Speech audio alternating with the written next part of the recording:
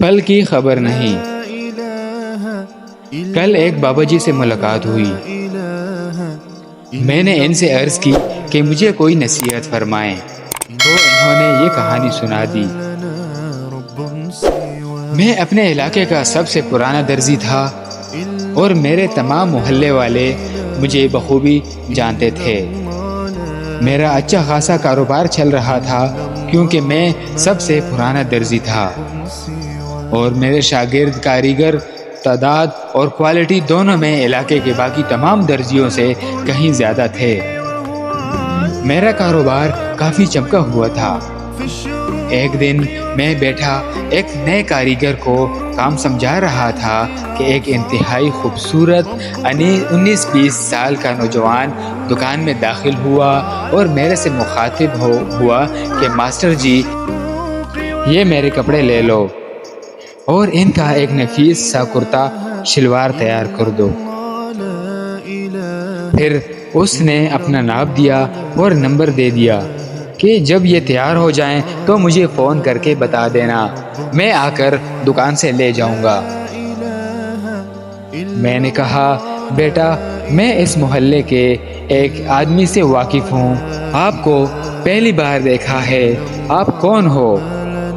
لڑکا بولا کہ انکل میں دراصل کراچی میں رہتا ہوں اور جاب کے سلسلے میں آیا ہوا ہوں، اپنے چچا کے گھر رہ رہا ہوں، ابھی کچھ ہی دن ہوئے ہیں۔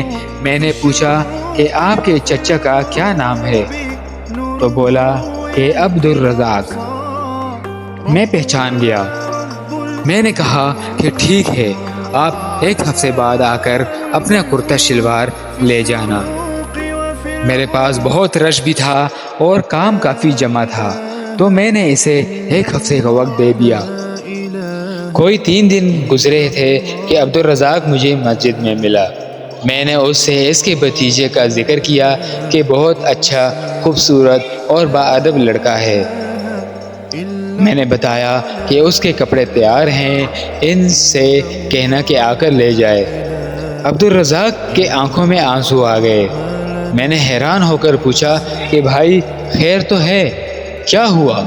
تو بیچارہ بولا کہ آج وہ کراچی کی طرف جا رہا تھا کہ اس کی گاڑی کا اتنا سنگین حادثہ ہو گیا کہ موقع پر اس کی وفات ہو گئی۔ میرے پیروں تلے سے جیسے زمین نکل گئی ہو۔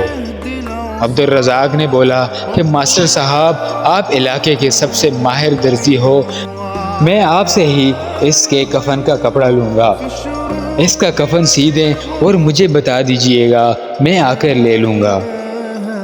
میں جب اپنی دکان میں داخل ہوا تو میرا ذہن بالکل معاف تھا، کدھر میں اس حسین نوجوان کے کپڑے بنا کر بیٹھا ہوا تھا اور کدھر اس کا آخری لباس بنانے کی ذمہ داری بھی مجھے ہی دی گئی۔ مجھے اللہ سے بہت خوف آ رہا تھا۔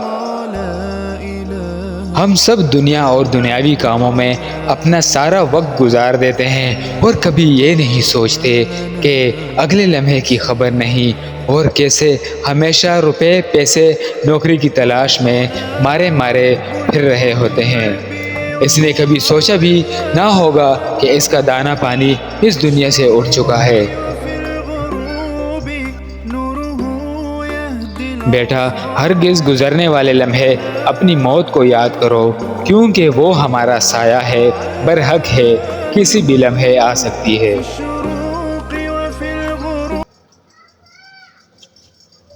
ناظرین، اچھی ویڈیوز دیکھنے کے لیے ہمارے چینل کو سبسکرائب کریں اور دوستوں کے ساتھ شیئر کریں۔ شکریہ، والسلام۔